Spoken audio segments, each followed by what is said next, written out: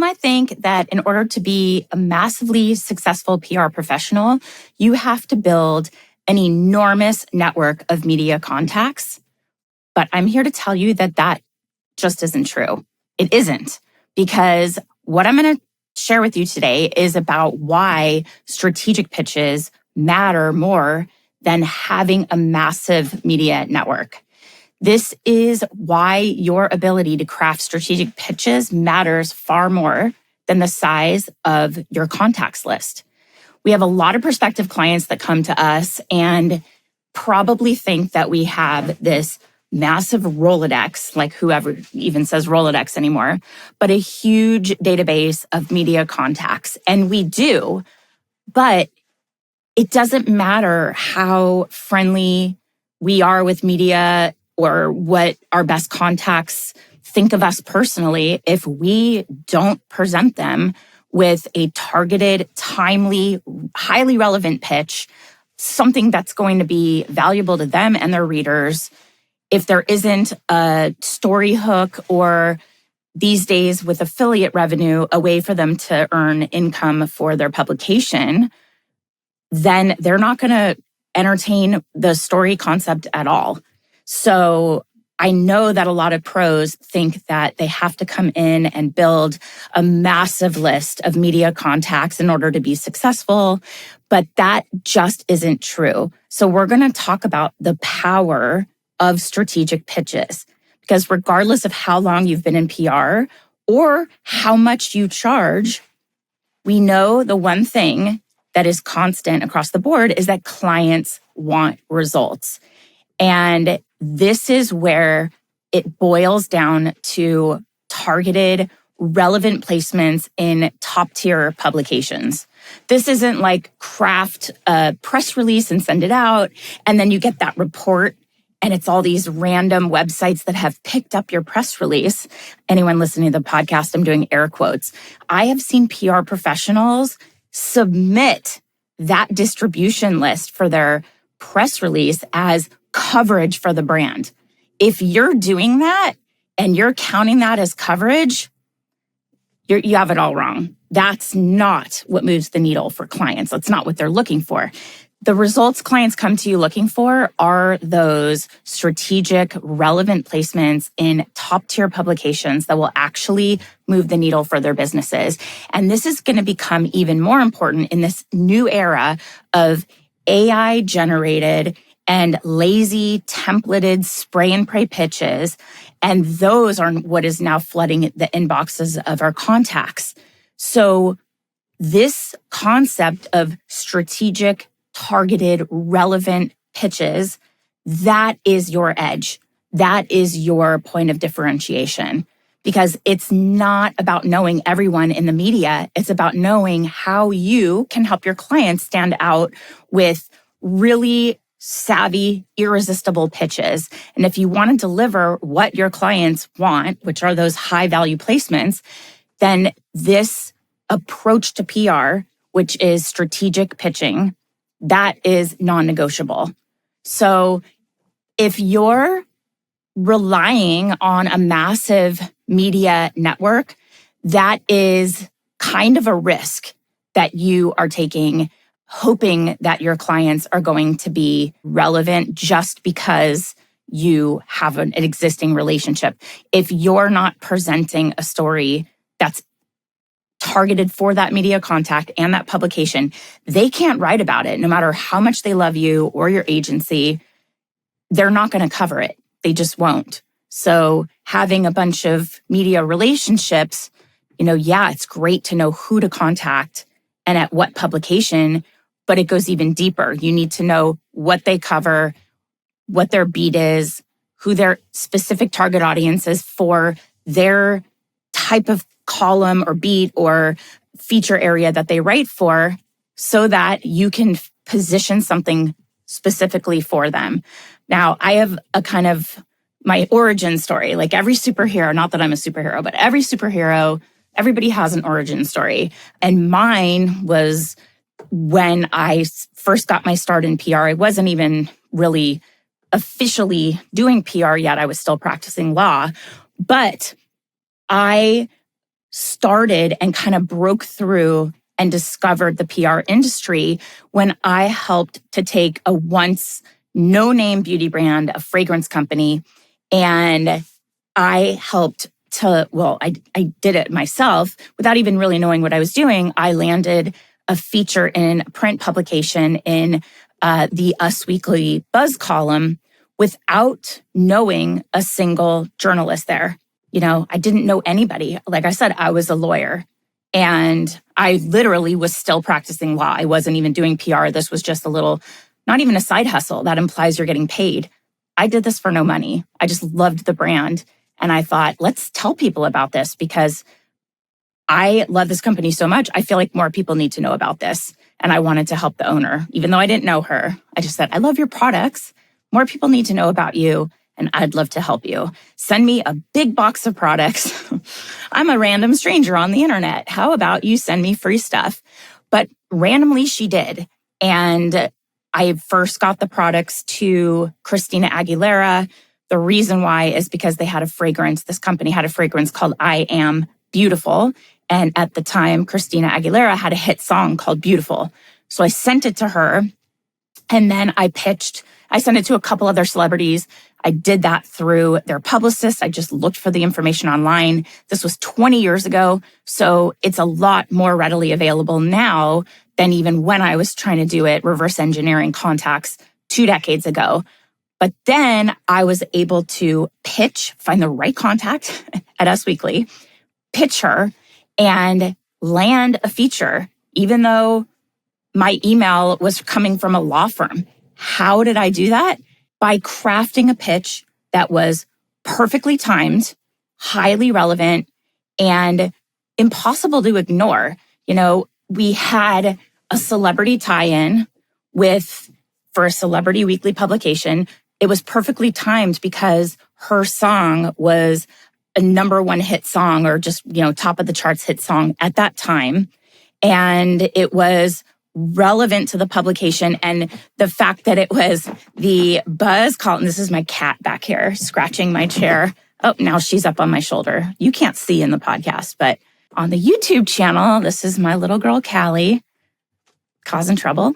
The pitch that I set out was impossible to ignore because it was tied to a celebrity. It was timely in the sense that it related back to her #1 or top of the charts hit song at that time. And it was a visually beautiful looking product, really reasonable price point back in the day. And we landed press for that. And it felt so amazing because it was so tangible, literally tangible. You could hold the magazine in your hand. And it was so impactful for the brand that I personally love so much. And the results that happened beyond that placement were that initial one placement, it built massive credibility for the brand. It opened doors for them with retailers, and it opened doors for me as a PR professional. I was able to see a formula, a process for pitching, even with no contacts. That editor at the publication didn't know me. It didn't matter. I was giving them a product story idea that was highly relevant to their readers and tied to a celebrity. It's everything that I know that they look for when they're looking for features. And I use that same approach to build my agency, and to help support billion-dollar clients. This is not about access to the right contacts. It's about skill because everyone can pay for access. It is easy to get contacts from a database. Some of these databases are very expensive, but you can still reverse engineer like I did and create a media list just really targeted with contacts. That doesn't mean that they know you, but you get some access from those email addresses. Having these contacts as people that are familiar with you and they're open to receiving your pitches, that is all great, but it still requires that skill of having a strategic pitch that will get their attention, that they'll consider because it is highly relevant to their media contacts. And this is where you start to have this fantastic ripple effect from sending these strategic pitches. Because when you master the art of pitching strategically, the benefits will compound. There's organic media growth because every successful pitch will expand your media network naturally. This is where I always recommend that you niche down with your areas that you focus on in terms of the kinds of clients you serve and the services that you offer. But when it comes to media relations and earned media, niching down and choosing a few topic areas that really interest you, that you can see yourself doing in 2, 5, 10 years from now. I'm 2 decades in, and I still absolutely love the beauty and cosmetics space and baby and kids. I've been working in those 2 spaces since my start. I've kind of dabbled in a couple other areas if projects are interesting to me, but I always come back to these 2. And it's a lot easier to know the media contacts, to know the players when you niche down.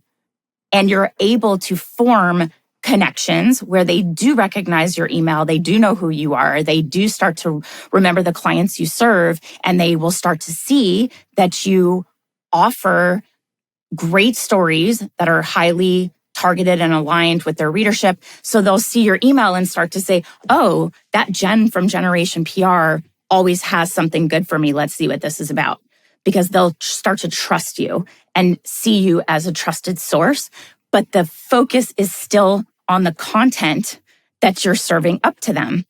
It's about that skill of strategic, targeted, timely, highly relevant pitches.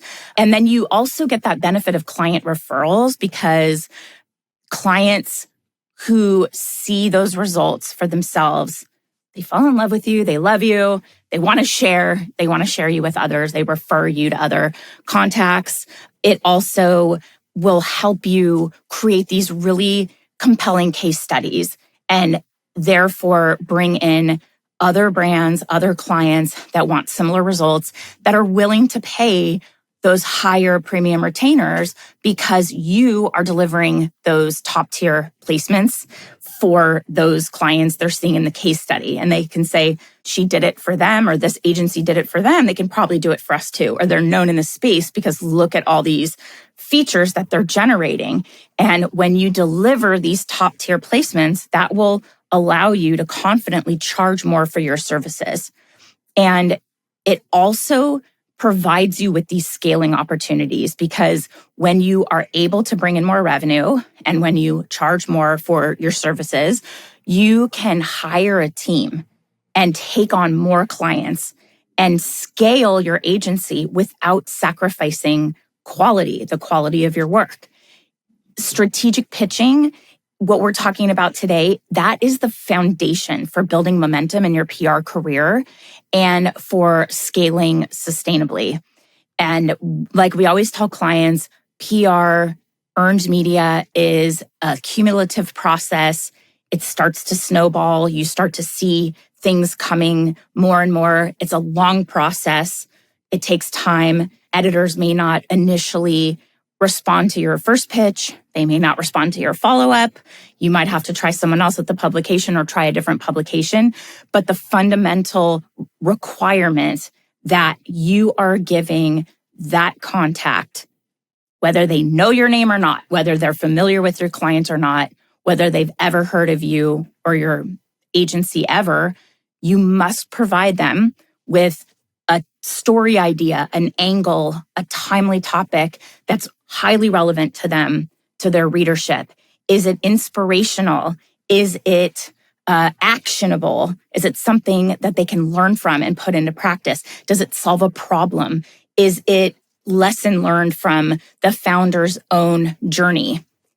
Something that would be relevant to one publication, incredibly relevant, like a business story, how a founder got their start, how they made a career 180, pivoted from one certain type of career to another, and leverage some of those skills that don't necessarily seem transferable, but they can share how they used what they learned in that first career to go to a completely different industry and use those lessons to really stand out.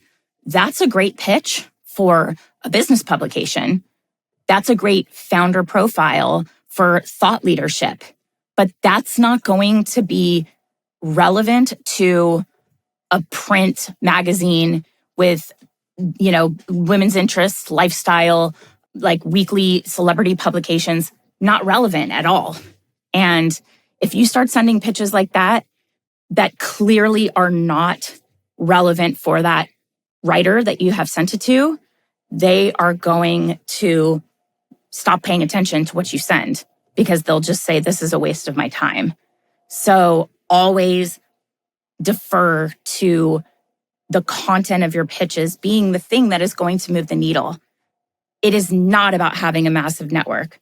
Again, I started my agency, Generation PR, we're on our 20th year now, with no media contacts, with no experience. I was in a completely different career as a civil litigator. And I just kind of felt, I was telling the story to a contact I was on the phone with today or on Zoom. And I kind of came alive when I was talking about my career transition and really said that I felt like I was in the wrong life when I was an attorney. I felt like I was like playing make-believe in a career that just wasn't right for me. And so that pivot enabled me to start my own business and create flexibility, freedom, time flexibility, financial freedom, be able to support my family, help my husband leave his, W-2 job and start his own business, be there for my kids, all of the things that I was looking for. And I'm so grateful for it.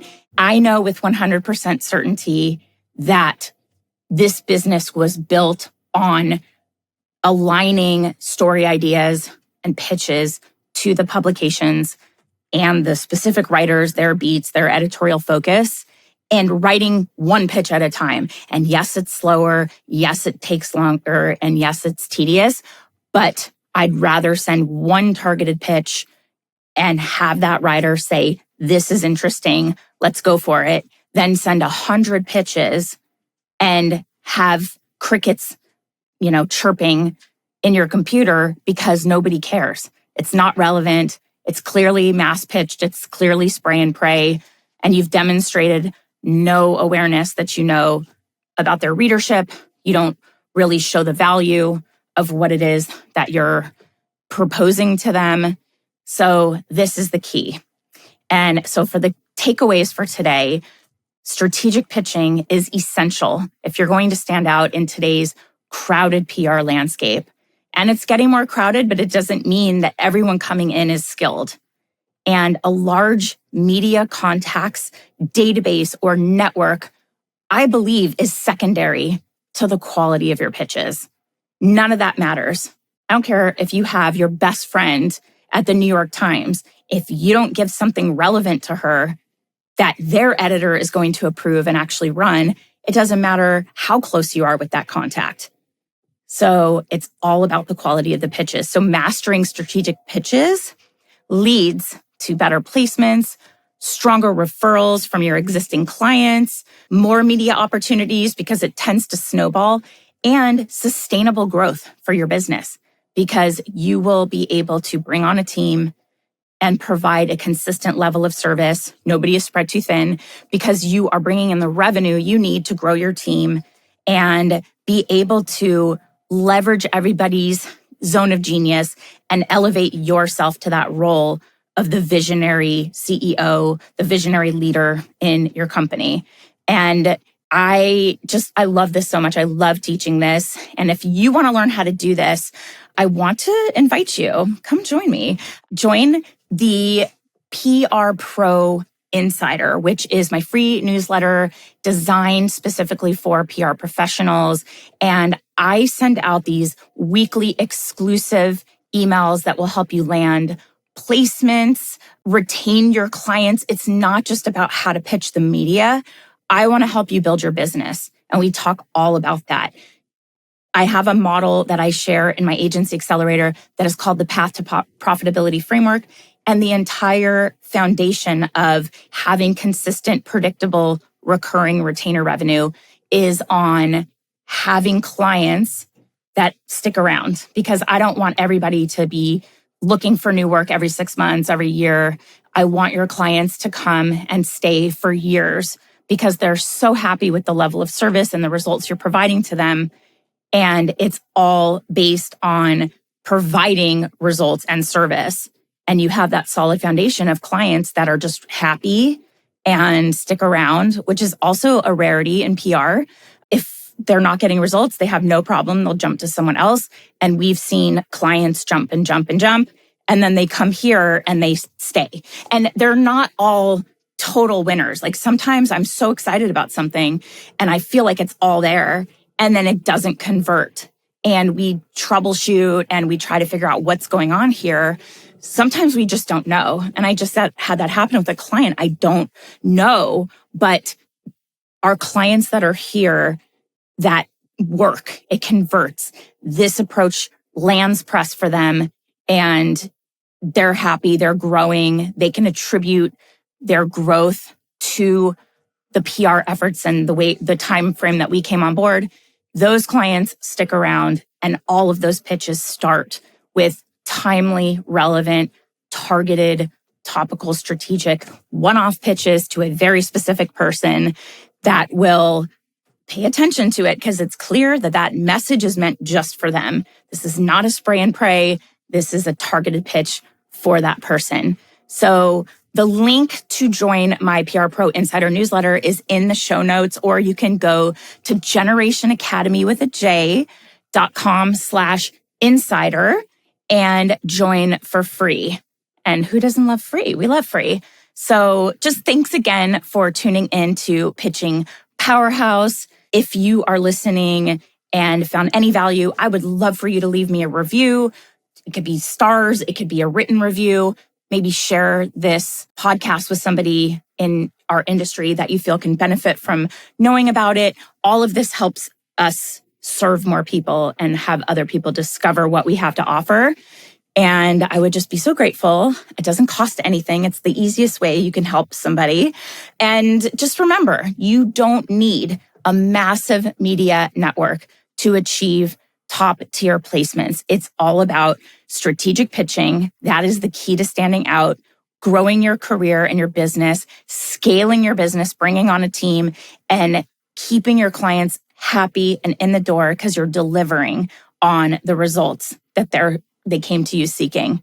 And that's how you build a solid foundation of consistent, predictable, recurring retainer revenue. It's that easy. No, but it really is. It comes back to the fundamentals. And I'm always going to stand here on my soapbox and push for the fundamentals. So thanks again for tuning in. And I will see you next week. In the meantime, let's all go out and kick ass this week.